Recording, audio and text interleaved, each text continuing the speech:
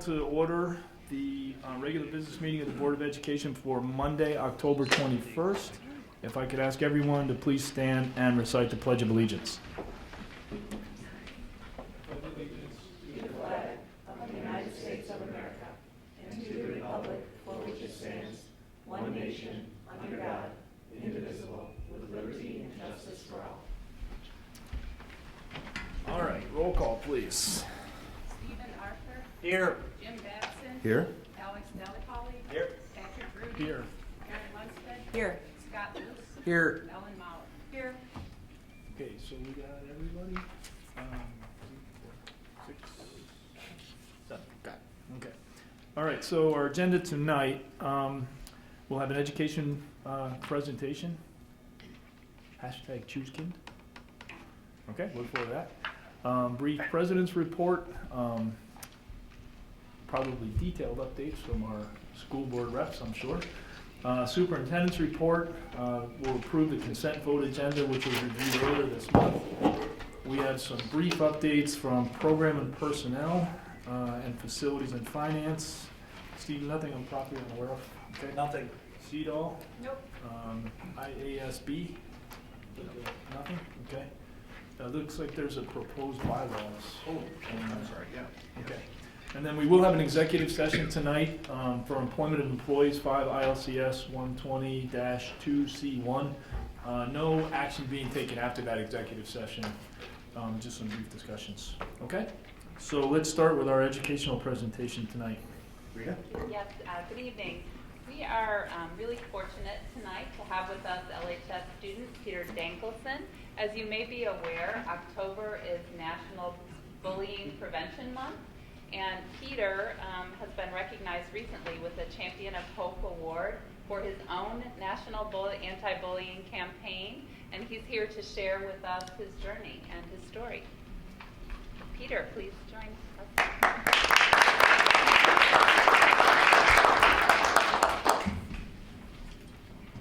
Hello. Hi, good evening. So, thank you guys so much for having me.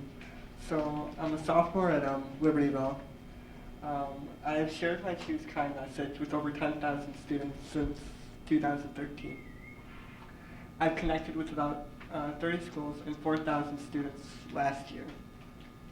I'm an advocate for children's pediatric care in Washington, D.C., and last month I received an award for all my hard work at an event called Global Choose.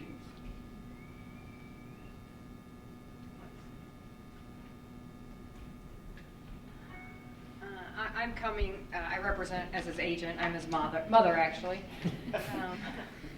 And a charity that we're involved with is called Children's Craniofacial Association, CCA Kids.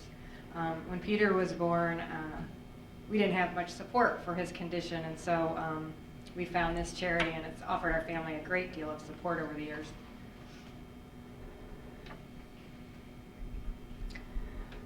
What got us started in the Choose Kind movement was this book. Have any of you read this book, Wonder by R.J. Palacio? A few, okay.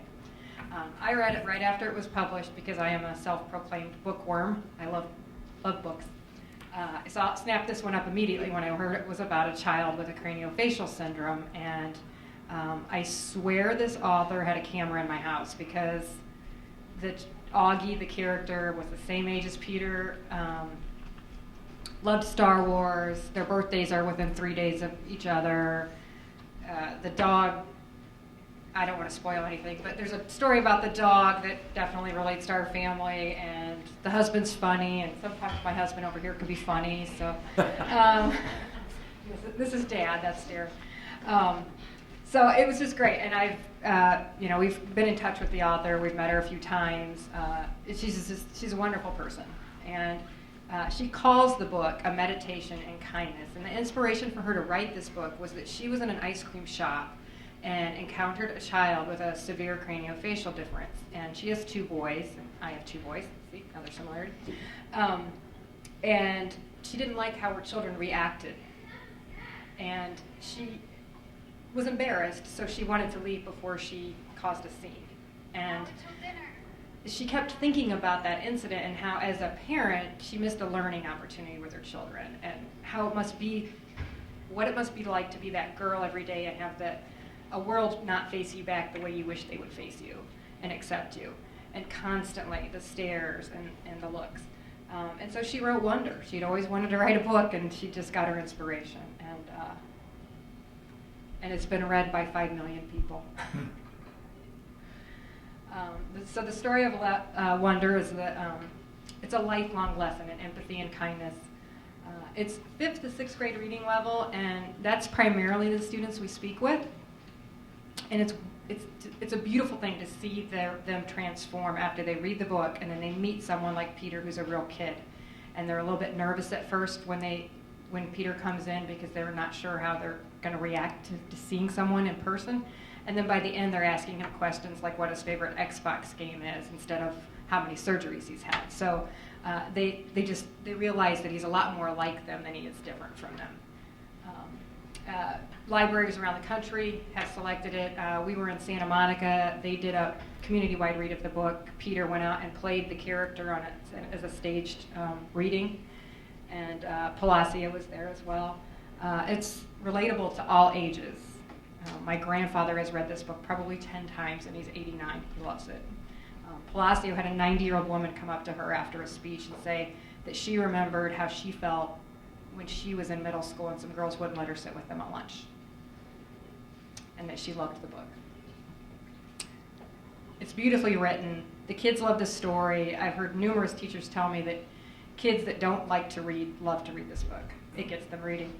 And it proves the point, and I truly believe this, that one act of kindness can change the world. I truly believe this, and we tell this to the kids. And this book proves it. 5 million people have read this book, and it's changed how they look at people with disabilities. This is an example of some of the writing in the book. The principal, whose name is Mr. Tushman. So there is that 5th to 6th grade humor in the book as well.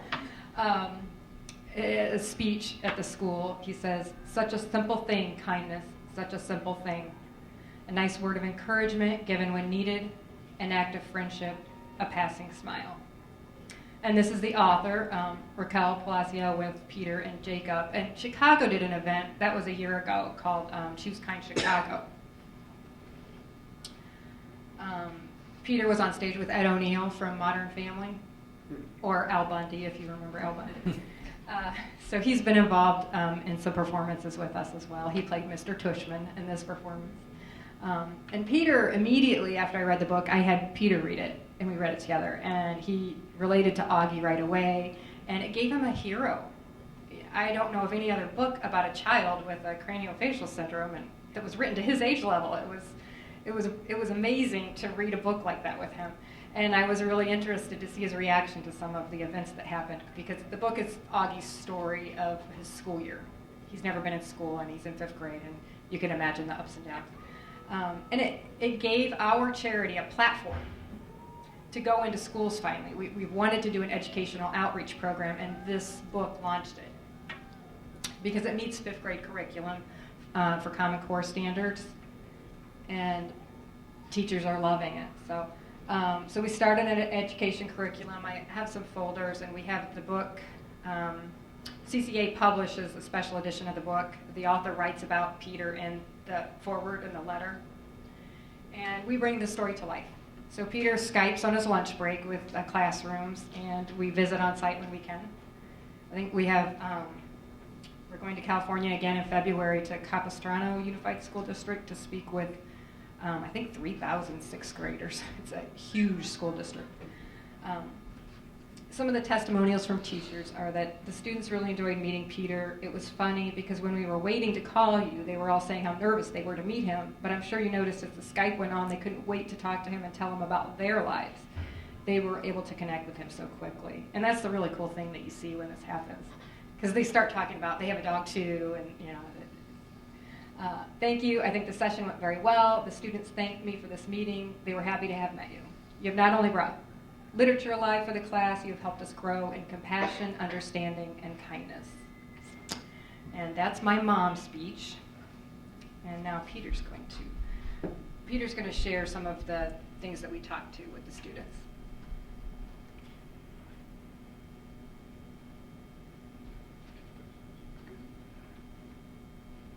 So why does kindness matter? It's because how you treat people matters.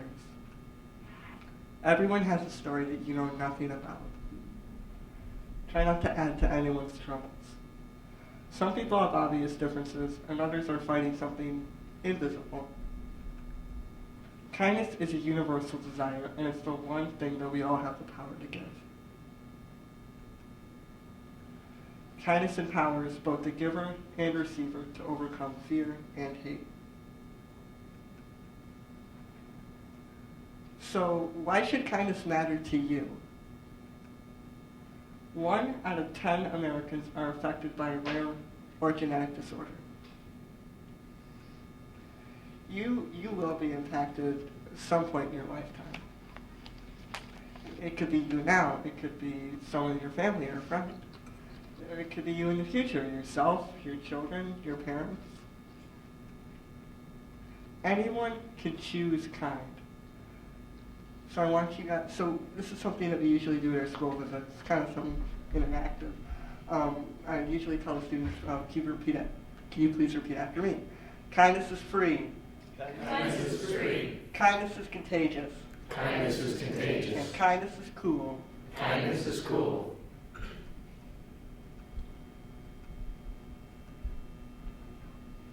So we share our family story and some of the ups and downs that we've had. I mean, Wonder does a fantastic job of telling the story. It's like Mom said earlier, it's like she had cameras in her house. That's pretty much accurate. But it's not really, the same as like having like someone actual, like a real life example, like there in front of you. So we discuss our similarities and our differences to the fictional family in Wonder. We engage students to think about their own story and what they may be going through. So again, everyone has a story that you know nothing about. My story, well, pretty much high maintenance and expensive. It's all right to laugh, that's how we deal with things. So the fancy medical term for what I have is called golden hair syndrome. And there are dozens of other medical syndromes out there. And so another thing that we usually do with the students is that we pass around a thing called a trach and a feeding tube. And the trach is something that I don't need anymore, thank goodness, because I really don't like it. But what it does is that it creates an airway for you. And it, like the rubber part at the end of the tube goes into an open stoma, which I still have because I can't breathe through my nose or my mouth. And I also have a feeding tube. And this kind of flexible part, it goes into your stomach. And there's like it can open and close. And you can push like a formula or liquid through it.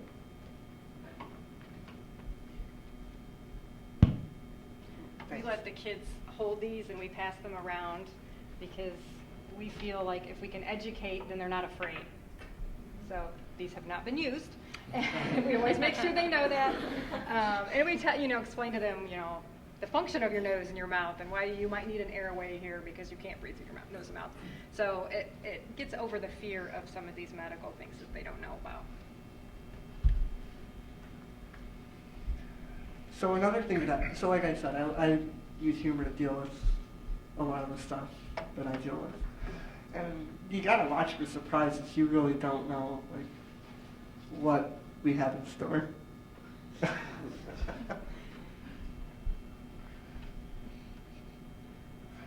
So yeah, I kind of have a fake ear.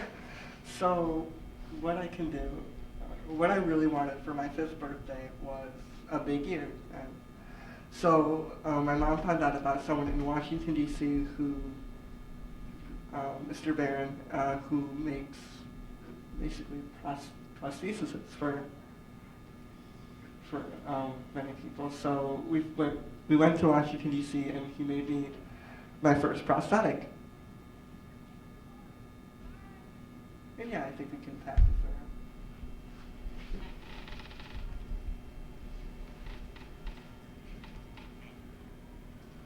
around. And so sometimes my ear doesn't exactly stay on through the day. So yeah, you can kind of imagine it. If sometimes it does fall, if it does fall off, I can get quite a. It's pretty entertaining on a bunch of those looks I can get. I mean, you got like an ear hanging off of your head is not something you see every day. So we also talk to students that education equals acceptance. The more you know about these craniofacial differences, the more comfortable you'll be with them and the more accepting you'll be of others. So this is Josie and Abby, and we usually say like, oh, how'd you spend your summer? Oh, I went to the lake, or, vacation. Well, they had to go through an unfortunately pretty brutal surgery called the mid-face distraction. And what it is that it's basically this device, and it moves your face forward. So they had that surgery at the beginning of the summer, and it's kind of like, I don't know, like 3 to 4 months they have it on. So yeah, that's not really a fun way to spend the summer. And this is how I got to spend, well, thankfully it was like a week or two, but it was so, like, not fun. But it was worth it. So what I had to do was, I had a surgery for a cochlear implant, a Baja. So as soon as school was out, as soon as finals were done, I went to the hospital, and yeah, it was fun. But it was it was worth it. It also gives me a new party trick. So it's a magnet underneath the skin, so I can pretty much attach anything magnetic. So you can imagine with Halloween coming up, take a magnetic eyeball, for example. Bam.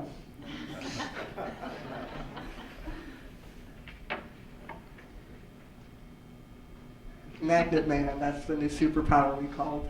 That's the new, yeah. So yeah, I'm gonna have another surgery this summer, and this is gonna be a big one. I've heard about this for years now. We've talked about it for years, and it's finally gonna happen. What's gonna happen is that my lower jaw, in the picture on the left, you can see that my lower jaw is kind of smaller than my upper jaw. What they're gonna do is that they're gonna put in a device that's gonna move it forward so that it's even with my upper teeth. And what that's gonna do is that it's going to enlarge my airway, because, yeah, right now it's pretty small. So I'm not looking forward to it, but again, it's gonna be worth it. So everyone's life has value. In this picture, this is me, Brianna, and Jeremy. And we call ourselves the Golden Group because we all have golden heart syndrome. And something that's pretty sad is that Brianna's story, it includes that she got bullied really bad. And unfortunately got so bad that she wanted to take her life. But when I met her and talked to her, I said, don't listen to the bullies. They don't know what they're saying. You're really nice. And we still keep in touch over social media. So no matter what our differences are, we're all the same, no matter what.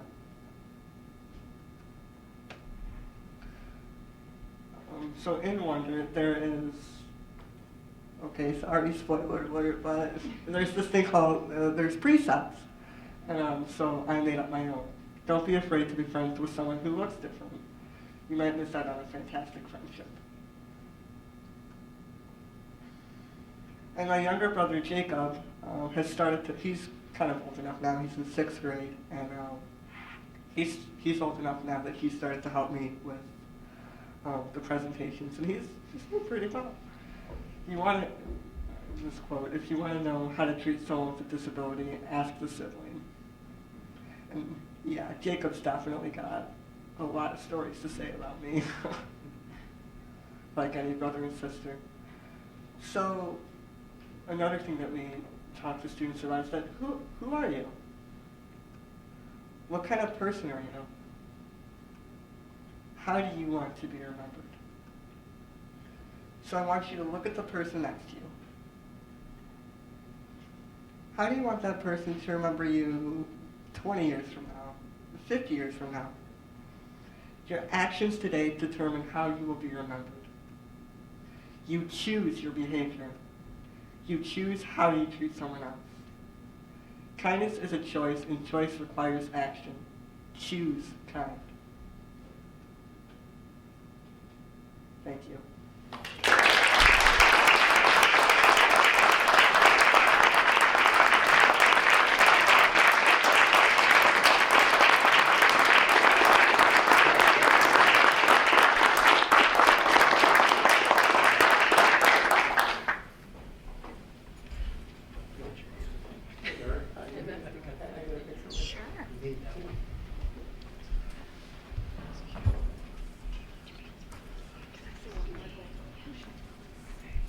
I just have one more thing to say. Our family moved here from Michigan last year, so Peter's first year at LHS and being here in this community was a year ago.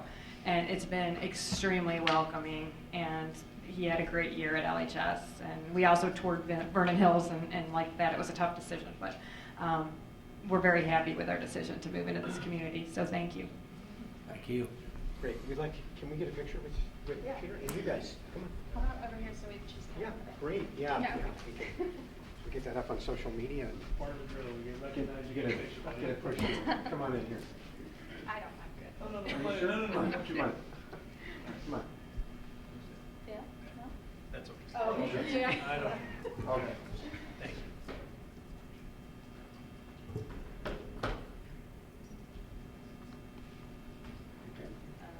We're good. Everybody's eyes rose. Thank you. Thank you for having us. Really appreciate it. Nice to meet you. Thank you for having us. Oh, yeah. I can't believe her kids.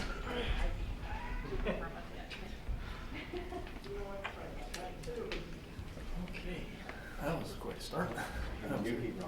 Yeah, that's pretty incredible, actually. Good luck. Thank you. Thanks so much. Thank you. Have a good evening. Yeah, how about one more round of applause?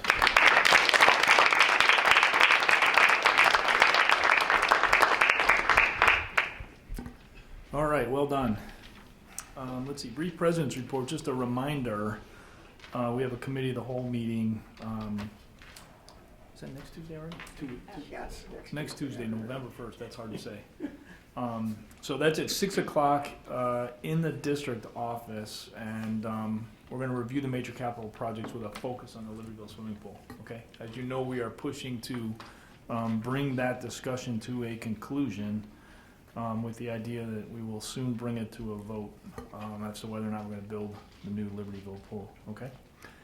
I will also mention just briefly, it was last week, I guess we had, or 2 weeks ago, we had the levy hearing. Yes. My mistake for not taping that. We had a lot of good feedback from the community. I don't know that it was necessarily, new, but I think it reinforces a lot of the things that we've heard over the last couple of weeks and months. But I thought it was a really good hearing. I'm glad we did that. We were not required to do that hearing, but we did it anyway. And I think it was at least helpful in terms of sort of highlighting a number of points that led us to our levy for next year. And I think the more we can get out and communicate what it is we're doing, what it is we're trying to do, and all the things we are trying to do to be good stewards of the taxpayers' money, as well as providing, continuing to provide the kind of programs that we provide, I think is useful time spent. So to those of you in the community who came, I appreciate your inputs, and to those that are here that help provide some as well, I'm grateful for your ongoing support. All right. So next, reports from the school board reps. Good evening. So I guess we're going to start with student council. The most important thing happening right now with student council is the canned food drive. And so that's wrapping up. Basically, the 27th, we're finishing up our third period class competitions, in which our third period classes have been collecting the cans, and whoever wins whoever collects the most cans per capita could win a multitude of prizes that we came up with. A couple of them being you get to choose the hallway music for a week, being able to be in charge of Wake Up Wildcats, which is our usually weekly announcements that Student Council does. And so we're going to let third period class take over that. Or they can win $200, $100, or $50 gift cards for their wish families, which I'll talk about later. So as we're wrapping that up, Student Council has also been can bushing, in which the executive board has been dressing up as cans, running into third period classrooms and screaming at the top of our lungs, trying to convince students and faculty to keep collecting those cans. This Wednesday, our student council meeting will be doing the Can Blitz, where we'll be handing out, so we have 900 brown bags that we're about to hand out with the flyers, so that the students can go out into the neighborhoods, distribute these bags, and then on Saturday, they'll be able to collect those bags, hopefully full of cans, to the pod that we have located right outside of our music wing. That's going to be collection from 11 to 1 p.m. on that Saturday, and there will be chili provided for these students that provided, so we're super excited about that. Excuse me. Yes, so I guess we can talk about the WISH initiative that's starting up. So at this point, third period classes have to start focusing on WISH, and basically it's the winter initiative for sharing during the holidays that Libertyville High School does, and it's basically third period classes fundraising in any way they can in order to support these families that have asked for basically aid in providing like toys or clothes for their kids. And so there's like so many different ways that the students can raise this money. They can do bake sales, they can sell pies. I know one of my friends last year dyed his hair orange, and to do so he raised $600 just alone by him trying to dye his hair. And also we had Dr. Scott get duct taped to the wall. That was one of the prizes too. So there's a lot of creative ways, and it's honestly one of the greatest times during the winter season. So December 7th is our WISH dinner, in which all the families will come. We'll hand out all the wrapped presents all ready to go. We'll provide them with food that we've fundraised through Interact, which we're helping planning right now, and then basically playing with the kids and having a great time. So those are the two things. All right. Happy Red Ribbon Week. We're doing Red Ribbon Week at LHS, and it is off to a great start. The Coos Classic, our 5K race, had a lot of attendees and perfect weather. It's 70, sunny, absolutely fantastic. I wish I didn't have rehearsal that day.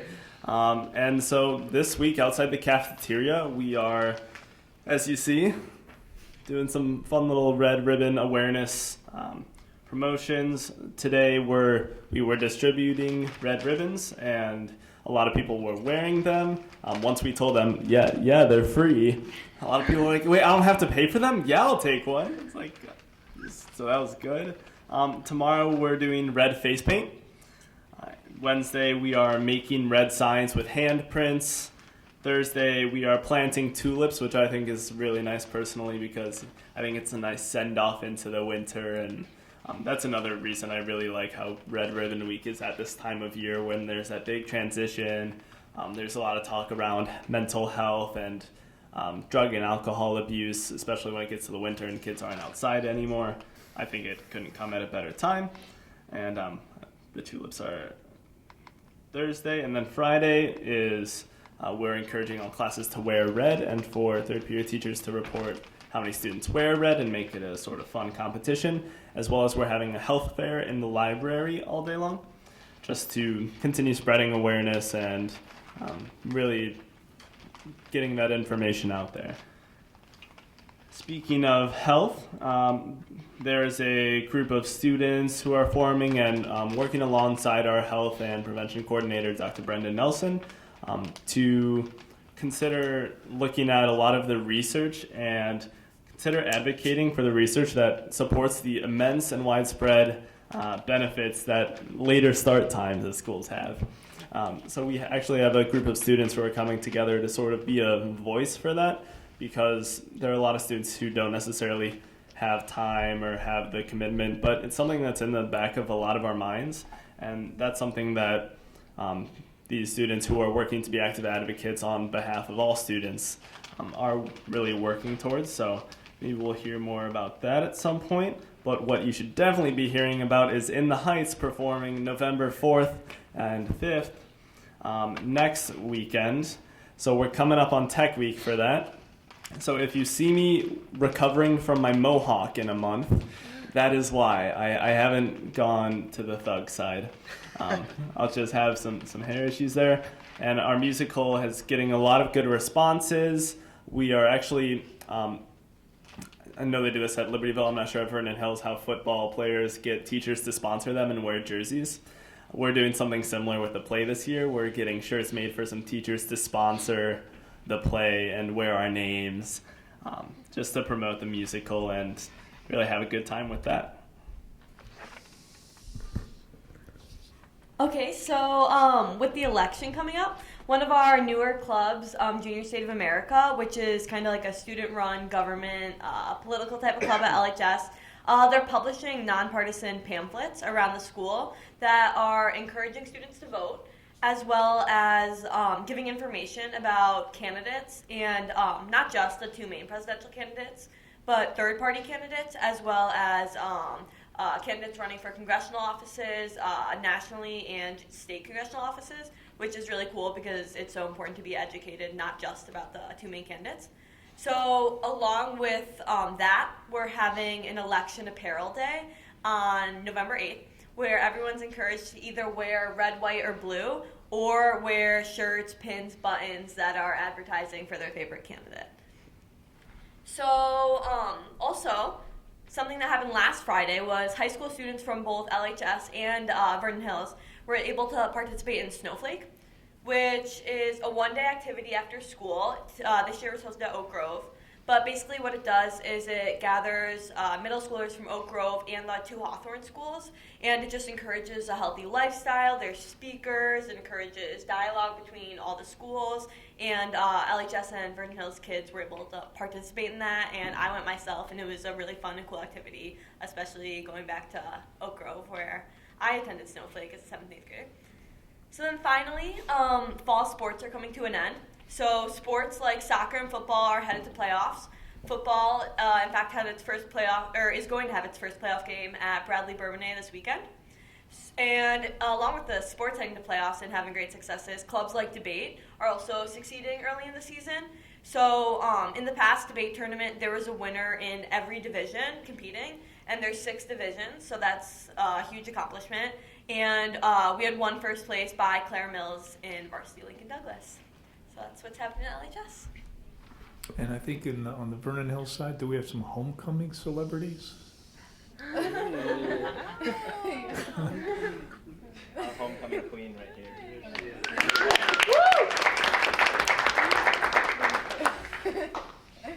I'm giving away my whole TV program. Speechless. So yes, our homecoming was on October 8th, and we had a great turnout. We had 150 more people than last year, and interestingly, we had almost double the amount of girls than guys, so we don't know how that'll be next year, but that's what it is now. Also on October 19th, which was last Wednesday, all VHHS freshmen participated in the annual RIGHT program, which all freshmen go through. And this program focuses on respect, integrity, trust, and it encourages students to walk a mile in someone else's shoes before judging them. And these ideas of kindness are really similar to what Peter's wonderful presentation talked about. And we wanted to give a special thanks to the senior students who volunteered their time and those who shared stories of their own experience.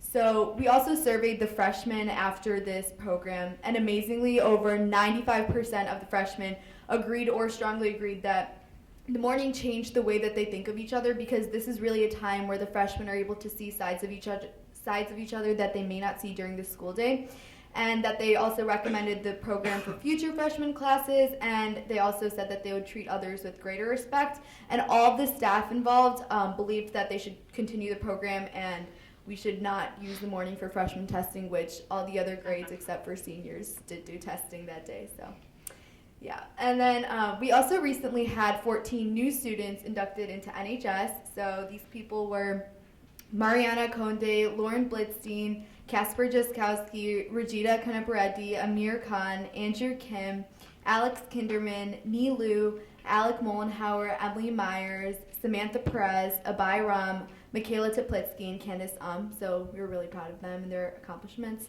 And also, with the election coming up, our Gov students are really lucky to be taking this class at this time of year, and a lot of the curriculum has been learning in action, learning about the candidates and their policies, and some of our students have actually had the opportunity to become election judges. So this past month, they went to election judge training, and on November 8th, they will be assigned to different precincts, and they'll be able to aid in the voting process itself, which is a great opportunity. Starting off with sports now, we've had a great round of achievement to mark the ending of the fall season, which is going to be wrapping up in the next few weeks. To just start us off, we got our boys. Ooh, my computer just died. Very timely. We have our boys golf team, which came in the top 3 last year, but this year we came 3rd place in state, which is a great achievement. And congrats to our all-state golfer Justin Park. Following that trend of victory, congratulations to the girls cross-country team on their 1st place finish in the CSL conference and at the IHSA regionals competition. Also, congrats to the boys soccer team for 1st place regionals finish. The girls tennis team for their 1st ever sectional team victory, which we were really proud about. And also to the boys cross-country with a 5th place regional finish. In the football scheme, we were also really glad to get a huge win over the undefeated Glenbrook North, and that enabled us to get into the playoffs this Saturday for the CSL division, which is very competitive for football. So we really hope to continue this trend of success in sports and look forward to more as the season wraps up. In the fine arts, the Addams Family musical has finally arrived, what we've all been waiting for, and the show will be premiered this weekend. Showtimes on Friday and Saturday at 7:30 p.m., and then the week after that, Friday and Saturday at 7:30 p.m. as well.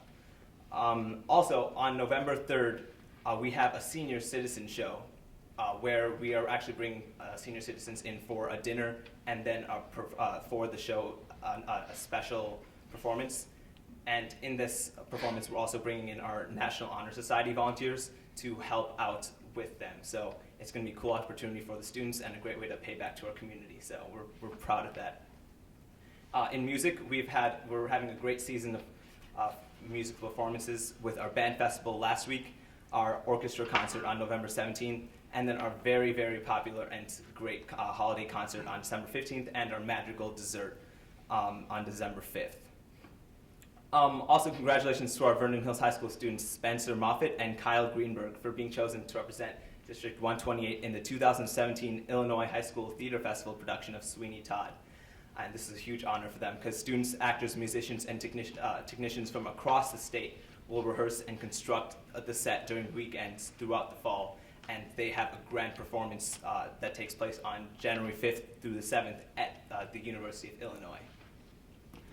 Finally, we have great success with our ILMEA District 7 music students, with over 25 students qualified after their auditions that began this October, and many of whom may qualify for the ILMEA All-State in January. And those students are Darby Barnett, Bob Black, Donnelly Black, Jillian Bose, Emily Credo, Kelsey Credo, Ariel Shaw, Isabel Chin, Drake DeVore, Cece Gao, Mason Goldberg, Noah Hewitt, Iris Hong, Tim Lee, Adam Lee, Grace Lim, Ellery Longden, Nikki Medanovic, Spencer Moffitt, Leslie Munn, Anna Plisky, Cassie Rash, Ethan Chow, Jenny Williams, Calvin Yoon, and Jeffrey Zhang. So there's a great successes through music and sports and the fine arts. So I hope to see you all at the Addams Family performances this week and next week. Awesome, great job. I don't know whether to be more impressed with your updates or the seamless transition to the computer. That was pretty smooth. That was good. A little scary. That was good. Yeah. Okay. I think it was planned.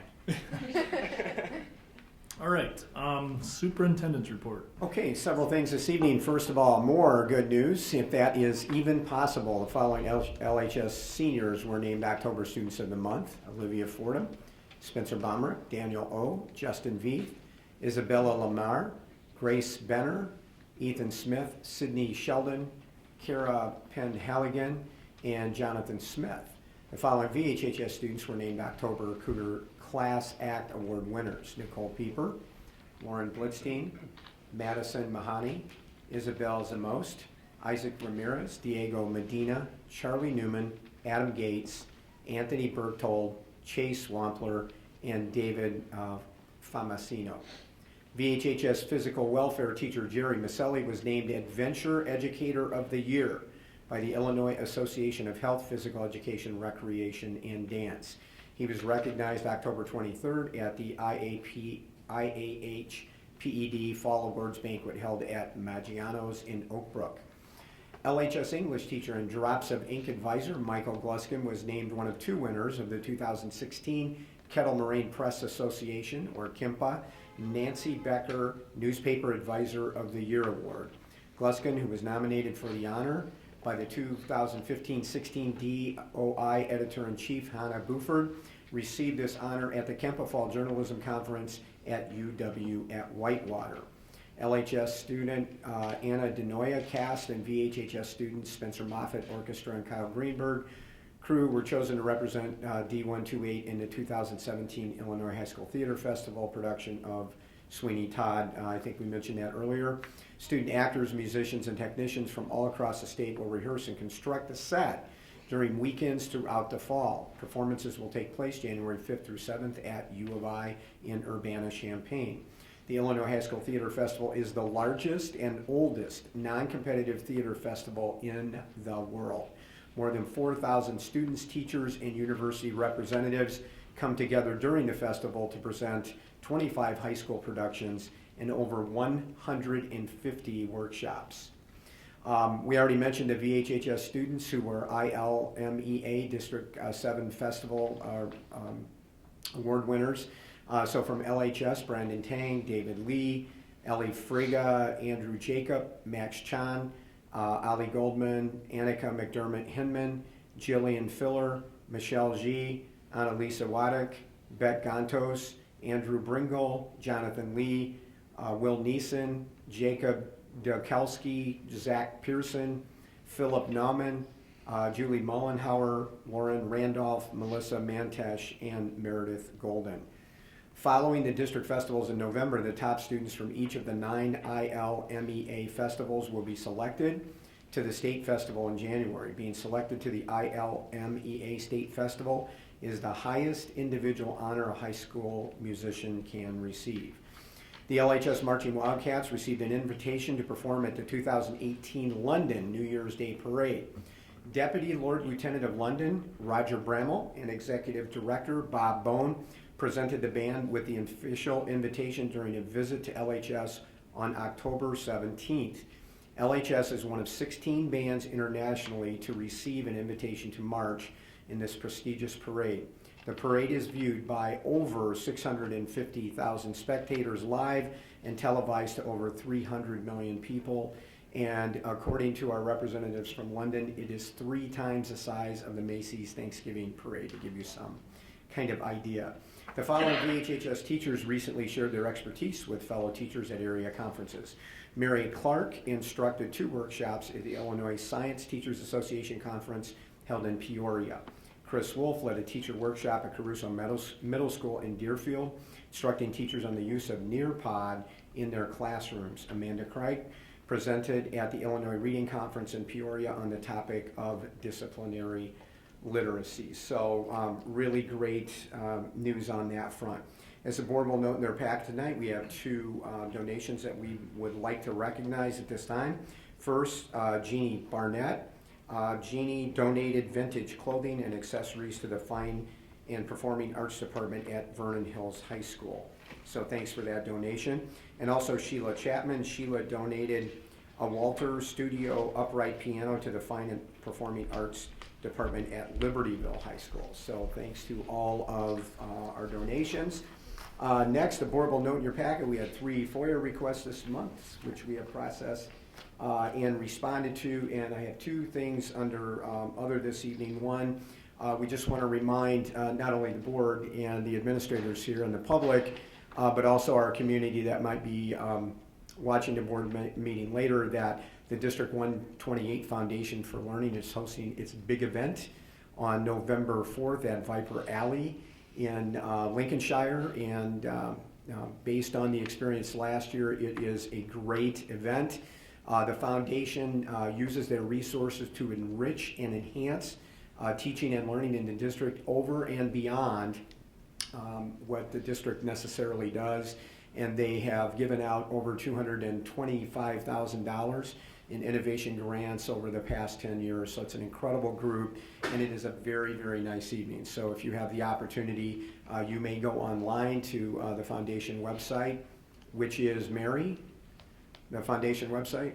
D128foundation.org.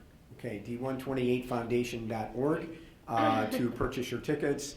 And as most events like this, they have an incredible array of silent auction gifts. And there is a great band that's made up of a number of Vernon Hills parents called Midlife Crisis that will be providing the entertainment, and they are really good. So we want to invite you to that. The other thing I'm going to go up to the podium for this evening. Stuart, if it's okay, I'm going to swing this way a little bit, okay? So I can see the screen as well.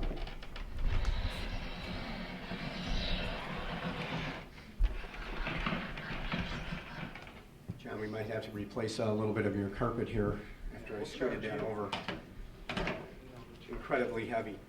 You know, at this time of the year, we usually, after we get school started, we take a little time and kind of reflect back a little bit and also forward a little bit in a couple of areas. One is finance, and we're going to be discussing the levy in more depth this evening following our F&F committee. But also to look at how we use the resources in the district and what results that we have ended up having the year before, and working with our great students, certainly our staff. But it's always important to go back to our mission, right? It's always important to have a philosophical base of what we're trying to do, the big picture, the vision, if you will. So we're going to take a couple minutes tonight and take a look at our mission, and then talk a little bit about the work the board has done in financial arena to continue to support not only this wonderful district, but be sensitive to the taxpayers' needs in the district. And then we'll talk a little bit about student achievement and finish up with some other accomplishments in student activities and extracurriculars. First of all, we have validated this mission a couple of times over the last 10 years in the district, and we felt so strongly about it that it continues to guide us. And our mission is really to develop respectful, responsible, and ethical attitudes and behaviors from all of our community members, including our students within our school community, and awareness and appreciation of the diverse cultures in our learning community and in the real world. An ability to think critically and solve problems, an ability to communicate effectively, an ability to appreciate and demonstrate creativity, and a lifelong desire to pursue knowledge. Bo, what am I using to go up? I got you. Okay. So as we connect those things together, the first thing we want to say is that we're very thankful that we live in the communities that we do, and our communities have provided incredible financial and different types of support to this amazing school district and our two world-class high schools. So it's important to ask, as the board works with us, they have really two main roles. And one role is to make sure that we're working together to meet the needs of our students in terms of accomplishing our mission. The second is being responsible stewards of the taxpayer dollars. And want to note tonight, after having been, I think this is my 12th year in the district now, and having worked closely with the board, certainly in my previous associate superintendent role, but for the past 7 years, going in 8 years as superintendent, is that the board spends about 90% of its time in the area of finance. So it's a very, very important topic to the board, and they take that role very seriously. Okay, this is a number that we have talked about several times, but we haven't thrown up on the screen, and I think it's important that our entire community learns this number. And the number is $18,673,000 and $378. That's the total tax abatements that the district has not collected since 2002 by design. So the board worked on a 5-year tax abatement plan in the district in recognition of the burden of property taxes on local taxpayers. And in our world, abatement means not collected. So when the community hears that word, it means that the board did not collect $18 million, $18,673,378 that it could have collected under current PTEL rules. Okay, Bo, you can advance up. So how is that made up, those two numbers? $15,864,378 is made up of a bond and interest levy abatement. Again, abatement, taxes not collected. And so what the board did is they paid off the remaining bonds from the referendum that was run a number of years ago, about $48,500,000, and the board paid the existing debt off with reserves rather than collecting that as part of the tax levy. $2,809,000 was a tax rate abatement. Again, taxes not collected. And unless a future board attempts to undo that, if you do simple math on that and take roughly $3 million and you multiply that times 10 years, that's $30 million that the district will not collect on top of the $18.6 million that's occurred in abatements the last few years. The importance of this is through our research, working with council and reaching out to some other folks on this, we cannot find a property tax abatement in the history of the state of Illinois in, let's say, a district or a community our size that even comes close to this. So it is significant. Okay, Bo. And once again, there's the number. So, Bo, you can go into the next one. Okay, so what have we done over the last few years, the board, working with the administration, the teachers and support staff in the district to reduce costs? There has been approximately a $3.1 million reduction in year-to-year expenditure requests in part of the budget that we can control on a day-to-day basis. In other words, our kind of day-to-day, year-over-year, day-to-day operating costs at district office and more importantly at the two buildings. So working with John and Marina and their staffs at the building and the district office staff, we have requested $3.1 million less over the last 3 years in budget requests. Okay, Bo. So for FY16, total budget requests were held to CPI. And again, that's a part of the budget that we control. The other part of the budget, this is about 25% of our budget. The other parts of the budget, 70% roughly, is salaries and benefits for our employees and about 5% for ongoing capital projects. So the part of the budget, the 25% or so that we can control on a day-to-day basis, those requests were held at CPI in FY16, and for this year, working with the board, they were held at 0. So we zeroed those line items out, working with John and Marina. We also eliminated 2 positions at district office over the past 2 years, resulting in a savings of approximately $150,000. Okay, next. So how does D128 leverage resources to prepare students for post-secondary success? Okay, a couple of graphics, and again, at this time of year, we're getting results back from last year, but we like to do comparative data here so we can see how we're doing year over year. This is advanced placement growth and achievement in the district over the period from 2005 through last year, 2016. And I'll let you look at the individual statistics going across there, but we've summarized those at the top. There's been a 103% increase in students taking advanced placement exams.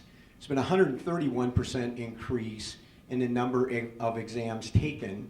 There's been a 149% increase in the number of exams where students earn 3, 4, or 5 grades. There's been a 173% increase in the number of exams students that earn 4s or 5s on the exam over periods of time. These are really incredible numbers, okay, for a high-performing district like ours. And the good news is we are still doing more work in advanced placement. So Rita, you want to talk about what we've added to advanced placement? Yeah, these increases are really significant because we started out with a strong AP program, but we've made that program more inclusive, and we've also tracked at your request the students who are scoring at the upper levels on the exam, because we know that that's what universities often expect of our students.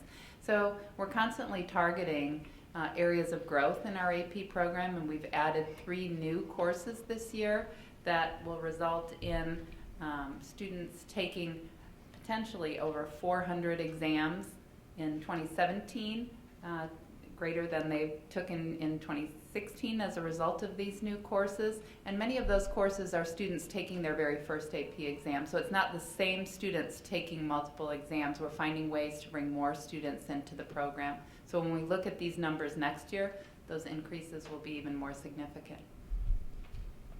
Thanks, Rita. And the importance of advanced placement is this, that it's a very rigorous, nationally recognized, nationally planned curriculum that has consistency across high schools throughout the country, that colleges participate in the development of those courses. So what these numbers mean are this. They mean that we have more and more students who are taking more rigorous courses and are being more successful. The result of that is evidenced by the data here, but even students who may take their first AP class and not take an advanced placement test, or they score below the 3, are taking a much more rigorous curriculum because of its college base, i.e. they're going to be challenged more and get more richness out of those courses. The other measure that we use, Bo, you can move forward, is our the American College Test, or ACT, which it's better known up through last year. It was also the state test in Illinois, and every junior in the state took the test. So our data reflects all of the students in our building taking the test. And you will note, again, I'll let you look at the individual results here, but as a district, we are up 1.2 over that same period of time. And again, because our district is a very high-performing district, that growth over time is significant. Statistically, and certainly as the ACT would see it. So again, really great results from our students and our staff working with our kids at the building. Okay, Bo. Okay, and just a few other highlights that we've talked about here over the past few years. Our LHS and VHHS math teams have finished first and second in the state. The VHHS WISE team won their 5th state championship, and WISE means Worldwide Youth in Science and Engineering Competition. 38 District 128 FBLA members, Future Business Leaders of America, qualified for national competition last year. 20 D128 students were selected for IMEA All-State Ensembles. The boys soccer team was state champions at Libertyville. Football was 2nd in the state, and the Palms were 3rd in the state. Bo, you can roll up. So to finish, LHS, and as we've reported here often, LHS and VHHS consistently rank among the top 2% of all public high schools nationwide. And recently, Chicago Magazine in September 2006 ranked LHS and VHHS the #1 and 2 public high schools in Lake County. And as we all know, with the demographics in this particular county, incorporate some of the best high schools historically in the entire United States. So the arc of achievement continues to move up in the district, and the connection is that working with John and Marina and their teams at the building, we continue to value the resources that were provided by the board in our communities, and we continue to use those resources wisely.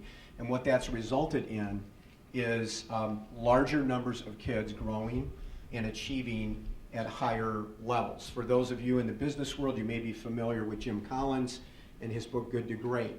This district and our high schools have always been fabulous here, but we've really taken that next step up over the past 10 years or so.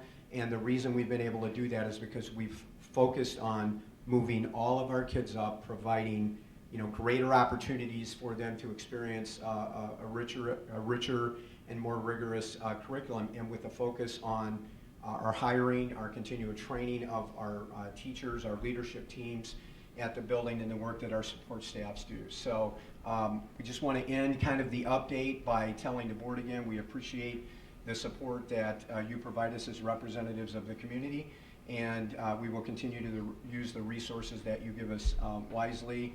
And Marina and John just do a fabulous job at the building of working with their teams to help students grow and achieve at higher levels.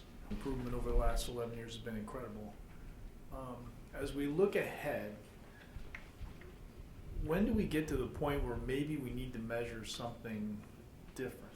Okay, in other words, I've seen, I'm going to call it less than satisfactory results in organizations when you push to go from, say, 95% performance to 100, because at some point people start to manage to some number but miss the point. And so I just wonder, I mean, I don't want to see us, I'm not suggesting we're there by any means, because I think you got both ends covered, you're getting more people and better performance. I mean, that's like the holy grail, that's perfect. But going forward, when do you think we'll reach sort of a plateau in terms of it makes sense to, let's say, get more kids involved, and what else do we need to think about? Rita, go ahead. Yeah, I think that's a really good question, and it relates to work that's being done in this state and across the nation with the reauthorization of Every Student Succeeds Act, replacing NCLB. Much work is being done on how to implement that legislation and the kinds of criteria that we look at to determine success in high school and readiness for career and for college. And so Prentice is involved in a group, I'm involved in groups that have looked at what are the indicators that we measure beyond standardized test scores or participation in AP classes to show that our students are truly ready to be successful in their post-secondary choices. So there are a number of things that we're looking at and that these groups are talking about to indicate that level of success, including varied coursework, opportunities to engage in service learning in the community, and internships with community partners, in real-world experiences that prepare students for those next steps. So we agree completely that a test score or success on an AP exam, an ACT or an SAT score is not what we should be looking at as the only indicator of our students' readiness. And Okay, so great. we're exploring lots of other opportunities. And I think, Pat, part of the, if you're doing data-informed school improvement work, then each individual building is looking at their student population, and they are using multiple measures in terms of determining how our kids are doing moving forward. And that's kind of an integral part of the work that principals do at the building level. That good principals have always done, but maybe more recently in the last decade or so, I think that other schools have moved toward that because there are different measurements of success and movement, kind of along the spectrum. So we're there with you, and I know you and I have had this conversation before. So where do we plateau out? We just even on these two measures, which are communities, put a lot of stock in, and we don't think we're there yet. I mean, frankly, we think there's room for us to continue to grow, and we may have. We've had some years along the way where one school went up a little bit and one school plateaued, and next year the other school went up a little bit and the other school plateaued. But overall, when you look at both schools and their growth over time, it continues to be really impressive and kind of goes against the grain. I always use the example of kind of the 85 Bears. So the 85 Bears are recognized one of the greatest football teams that ever played. How many Super Bowls did the Bears win after 85? Okay, the challenge is, in a high-performing district, it's often harder to move that needle because there tends to be stasis, or at least people believe we've arrived, and so we can't reset that bar, to move up. And I think the thing that's been incredible in the journey that we've been on together is that we've been able to reset that bar over a period of time and take other steps forward, moving forward. And there's one other thing to mention tonight. It really goes back to a little bit of what Peter talked about earlier tonight, and that is the students that are here with us are representatives of their classmates, but the board knows, because you often hear at board meetings, and the community may not, as whole, may not be as cognizant, but our students spend thousands of hours each year giving back to our communities in terms of volunteering, supporting schools in foreign countries, just doing incredible things. which again, if you go back to our mission statement, okay, all of the things that we're doing support that mission statement, including, you know, being involved in clubs and activities and giving back to the community, with the auspices that if we do that when the students are young, then they will continue to do that into adulthood. And of course, involvement in extracurricular activities, you know, across the board. So I think all of those things together really move us toward kind of the mission statement. And our goal as a leadership team, working with the teachers who are phenomenal in this district, I think the students would agree, we just have an incredible teaching staff, and our support staff in the district, is continue to move that needle forward every year. And that's our goal, that's our measurement. The outside, the external validation maybe that we get through some of the organizations that rank public high schools and even the Chicago Magazine is really great. That's not what we aspire to. You know, we don't spend any time talking about that. It's nice to get that recognition. We report it out, but as we work together, we're not talking about let's go so we can take one more notch up the food chain, because our philosophy is if we do what we need to do, working with our students in our school improvement plan and structurally, and we continue to have the resources to support that, then our students will be more successful. And as a result of that, you know, we may get external validation and recognition from outside agencies. Okay, good answer. Hey, just one thing to add. You know, you talk about sustainability, you talk about continuous improvement. Prentice talked about the foundation for learning. And we had a lunch actually this afternoon. Rita was in attendance with Joe O'Brien from Vernon Hills and Ray Albin from Libertyville High School. And I've been part of the foundation before I even became a board member here for several years. And today we basically reviewed submissions of innovation grants that the teachers requested from the foundation for various educational initiatives. And that's across the boards, whether it's academics, fine arts, music, you name it. And I can tell you each and every year I am in awe of the ideas that are put forward as it relates to requests for these monies, these grants, and the thought and time that goes into it. And I think it's probably worthy at some upcoming board meeting. We still have to go through the process from a foundation side to approve those grants, but once they are, I think it would also be good to recognize what those grants are and give some visibility to not only the board but to the community about some of the special initiatives that, you know, I think maybe 5 or 10 years ago you only saw these teachings at high levels in universities, and now you're seeing them in the high school institutions. And it was a great meeting today. Yeah, great job. Good. Thank you for that.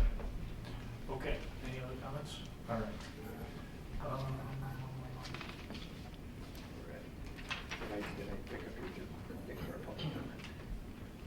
All right. Yes.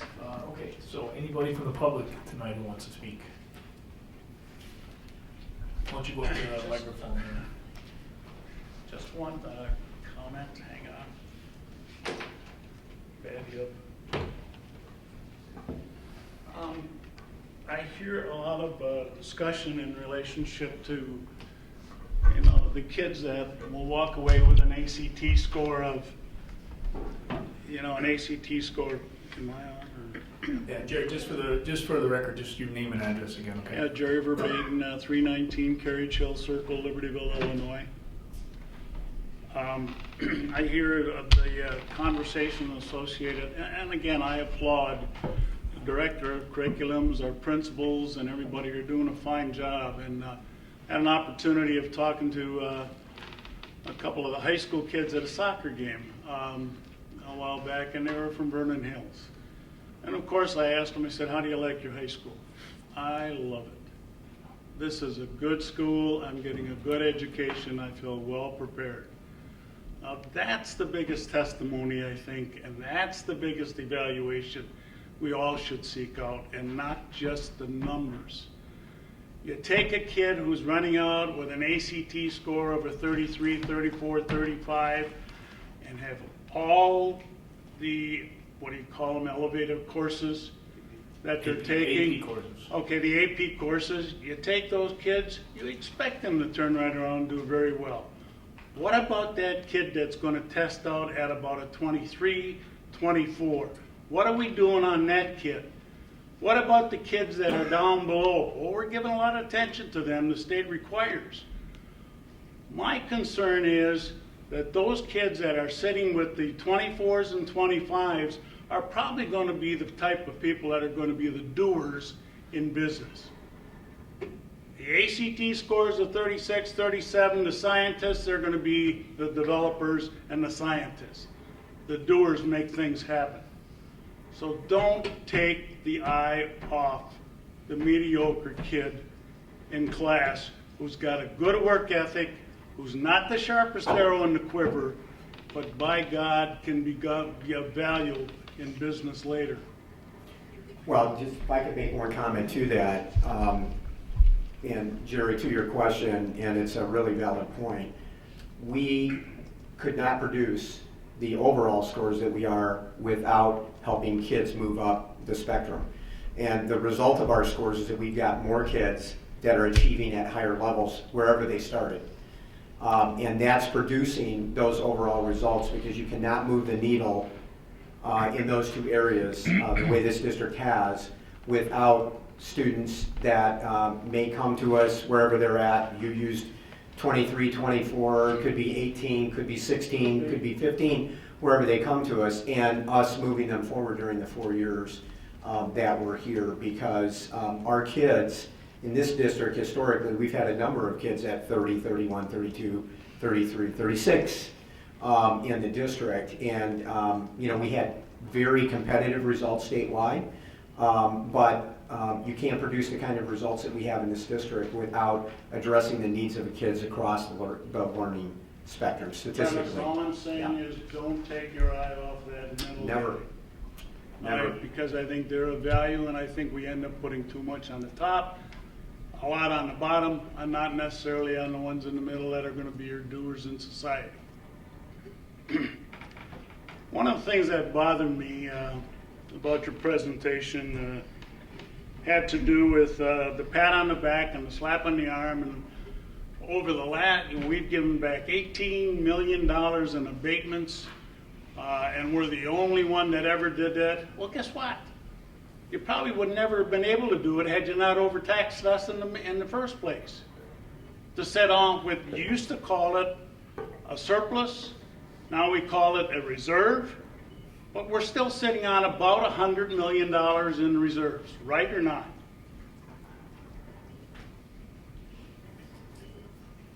Approximately? My numbers remain unchanged. It's in the 80 to $90 million of reserves. Okay. We didn't make money in the last month or two. We are, if you look at our cash balances, they're higher than that, yes. We talked about that before, so I don't have anything further to say. Okay. At the last meeting that we talked, the levy meeting that was not mandated but was provided, thank you. I thought the Daily Herald did a lousy job in covering it the next day in the paper. It was probably one of the best whitewash jobs I've seen in a long time. Because the only thing they said was, we're still looking at the pool and the gymnasium is tabled. That's all I got out of that article. Nobody said anything about the fact that we talked about what was going on in teacher retirements. And the fact that in the last 4 years of a teacher's, when he announces retirement or she announces retirement, the salary's kicked 6, 6, 6, 6, compounded. That's about 28%. Then you come back around, you give a 30% bonus on top of that, okay? And that's a kiss on the cheek and a pat in the hinder and goodbye. Much better than a watch in business. And nothing like that was discussed. Where's our Daily Herald man tonight? That was not an accurate description of that meeting to the public who's paying the taxes. And I didn't like it, and I think a lot of people didn't like it. I'm going to ask that, you're going to request a levy, all right? And the issue was, well, we could have given you 5%, we're going to give you 3%. Why not just take $5 million less on the levy? I mean, if I look at Grays Lake residents, I don't know if the people have seen the article, but it talks about October 21st, 2016, there's 400 signatures, and there's people that are sitting back saying, hey, stop asking for the taxes if you don't need it. It almost reminds me of a use it or lose it routine. I hope we got over that. Again, I will say this to the teachers, to the principals, who I know are on the front line and I know are directly responsible for the quality of the student and the education that receives. You're doing a hell of a job. And I appreciate it. But I've been here since 2014 saying, do we have to continue to throw this kind of money at this better education? I don't think so. And if so, we want to talk about places to cut costs. I'll be more than happy to sit down with anybody and help them look at the budget and see where we can save some money. Thank you. Thank you. Okay.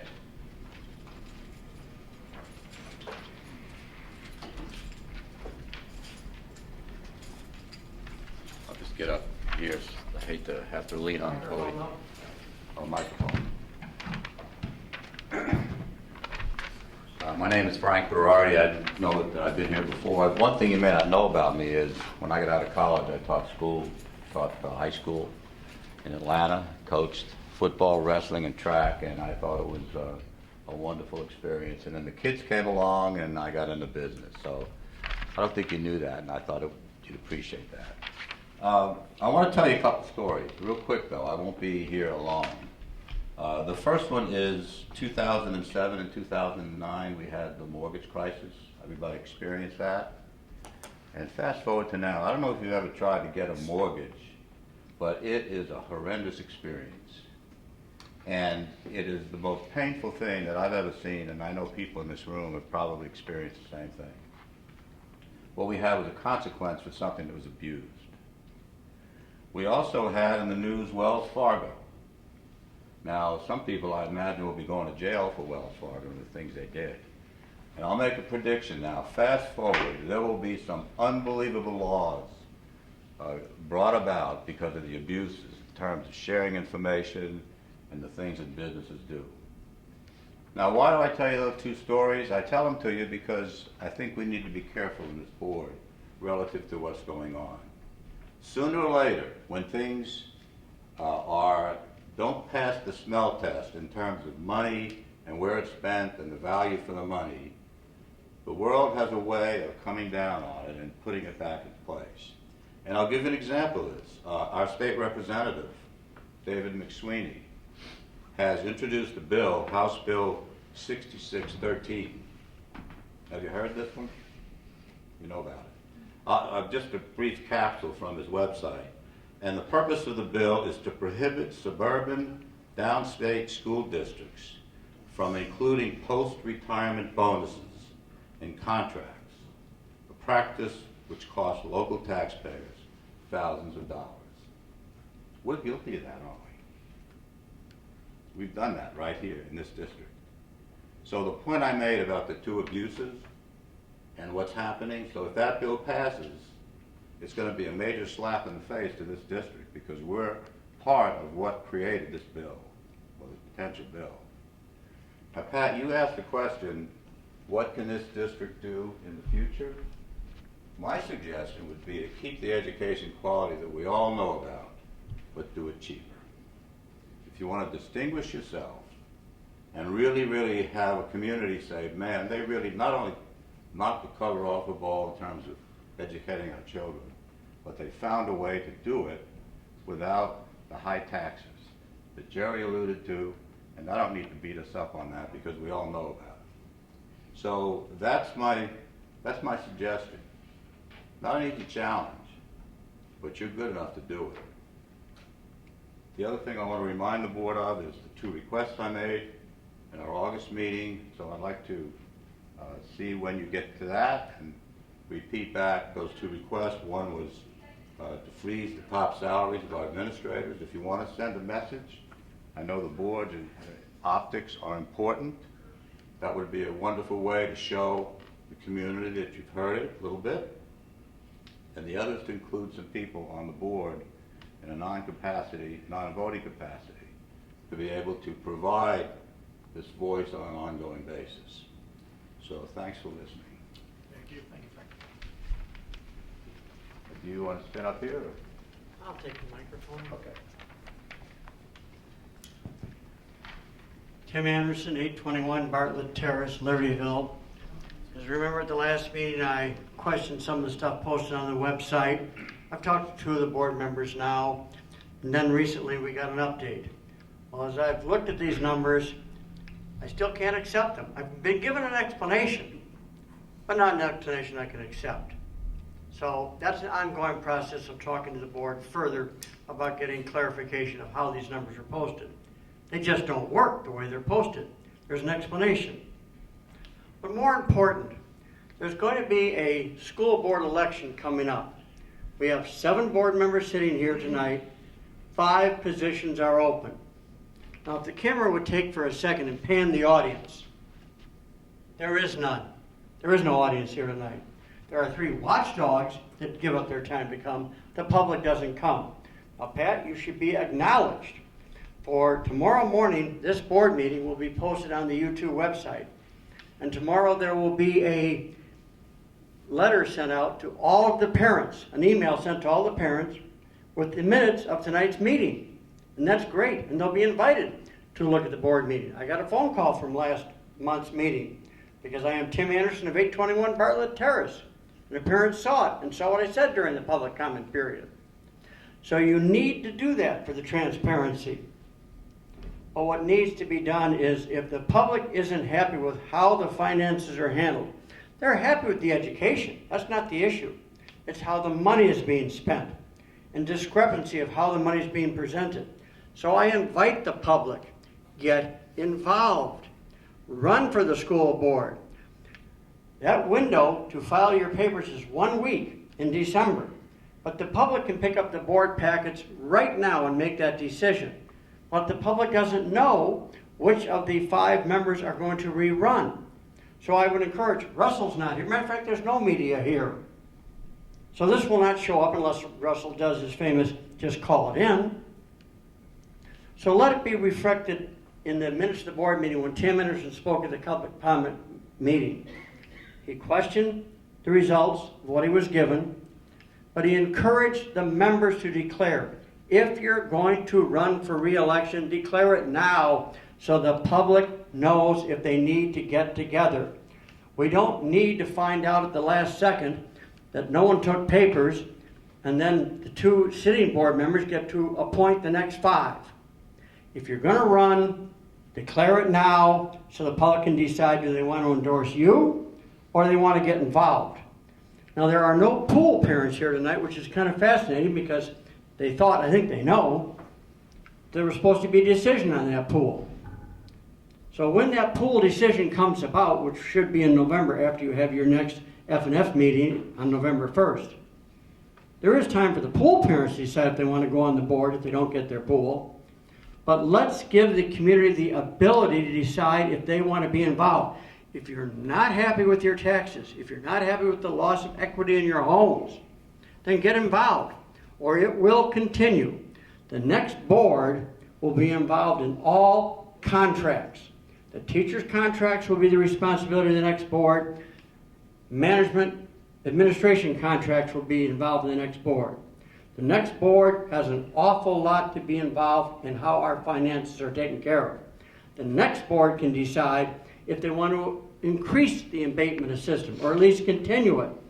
So the next board can decide. The board could decide tonight to take $5 million off the levy. The board could do that. I don't know if they're gonna. We're gonna find out pretty soon. But the next board could turn around and give back to the community $5 or $10 million a year to bring those reserves down. You'll still have your 60% reserve. You can build the pool, give $5 million a year back to the public for the next 4 years, and still have a 60% reserve. But it won't happen unless the board does it. And if this board's not going to do it, then it's up to the community to come on the board. If you don't like the finances, then get involved. You're not here tonight, and you haven't been involved. Get involved. Thank you. All right, thank you. All right. Let's see. Next, the consent vote agenda is listed. Can I ask for a motion to approve the consent vote agenda, please? So moved. Second. Any discussion? If not, roll call, please. Take your time. Batson. Aye. Delmapoli. Aye. Lundstedt. Aye. Luce. Aye. Mauer. Aye. Arthur. Aye. Rudy. Aye. All right, motion carries. Next, program and personnel, Chairperson Mallon. Okay, the first item we have is the de-annexation detachment status update for both Meadowwoods and Daybreak Farms. I'm not aware of a further update other than we are still waiting for the court to decide under which law it will be heard, the old law prior to last January or the one which was enacted last January. Yeah, Correct? yeah, Ellen, that's correct, and I think it's important, again, to point out that Lancaster, as the board knows, prevailed 2 years ago. That went all the way one court step short of the Illinois Supreme Court. They prevailed under the old legislation. We worked with Representative Carol Senti and Senator Melinda Bush to rewrite the legislation, which was much more of a common sense approach and clearly lined out the standards that subdivisions had to meet in order to be granted a detachment. So again, the two existing subdivisions that are trying to get into District 128 Meadowwoods, which is north of 137 off of Oak Plain, and then Daybreak Farms, which is north on River Road, and still filing motions in that in both of those cases, and the court will determine if it's heard under the old or new legislation. Okay, so that's that. All right, we have educational tour requests. We have 11 of them. We're looking for motion to approve those requests. So moved. Second. Any discussion? If not, roll call, please. Delmapoli. Aye. Mauer. Aye. Arthur. Aye. Rudy. Aye. Lundstedt. Aye. Luce. Aye. Batson. Aye. Motion carries. Okay, then we have the employment of employees. We have a resignation and a replacement hire. So we're looking for a motion to approve that. I move to approve the employment of employees listed. Second. Any discussion? Roll call, please. Rudy. Aye. Lundstedt. Aye. Luce. Aye. Mauer. Aye. Arthur. Aye. Batson. Aye. Delmapoli. Aye. Motion carries. That concludes the Thank you very program much. personnel. Facilities and Finance, Chairman Batson. Okay, we have the board adoption of the certificate of 2016 tax levy and accompanying resolutions as listed. I think we always go through this. We have to read the entire. No, you just read the list. Or, you want me to make a motion? I make a motion that we approve, that we adopt the certificate of the 2016 tax levy and the accompanying resolutions as listed. 1, the truth in taxation resolution. 2, the resolution levying tax for special education purposes. 3, the resolution authorizing the working cash fund levy. 4, the resolution to levy certain special taxes for special education district IMRF purposes. 5, resolution levying tax for leasing education facilities or computer technology or both, and for temporary relocation expenses purposes. 6, any additional resolutions as required. Thank you. Second. Okay. Any comments, questions? Where are the details of that provided in case anybody wanted to look at those? They are part of the FNF packet. Yeah, okay. Those are online? Yes. Yeah. Okay. I know we reviewed them in detail. I just want to make sure, so they'll be We posted. have the resolutions as well as the levy document. Okay, and this has been discussed quite a bit. Can we have a roll call, please? Munstead. Aye. Luce. Aye. Mauer. Aye. Arthur. Aye. Batson. Aye. Dolly Polly. Aye. Grudy. Aye. Okay, next on the agenda, Brainerd Memorial. Any update? Yeah, just a quick update. Mark is working with our architects after our last meeting. The board directed us to scale the project down a bit, which our architect is working on. The board reinforced a $50,000 threshold for the entire project, and as you recall, it was very tall, which it has to be because of the accoutrements that will go with it, was very thick and was very wide, so bringing the width both down and the depth down of the project, and then we'll see what numbers we have, and then we'll be back to take a look at it again. Okay, thank you. And lastly, the Woodland Chase development. The Woodland Chase development for the community, maybe the Vernon Hills folks are more familiar with this, but straight south on Fairway Drive, which turns into Buffalo Grove on the, let's see, that would be the southeast corner. Southwest, thank you, Al. There is proposed development, which the developer has had conversations with about the village of Vernon Hills.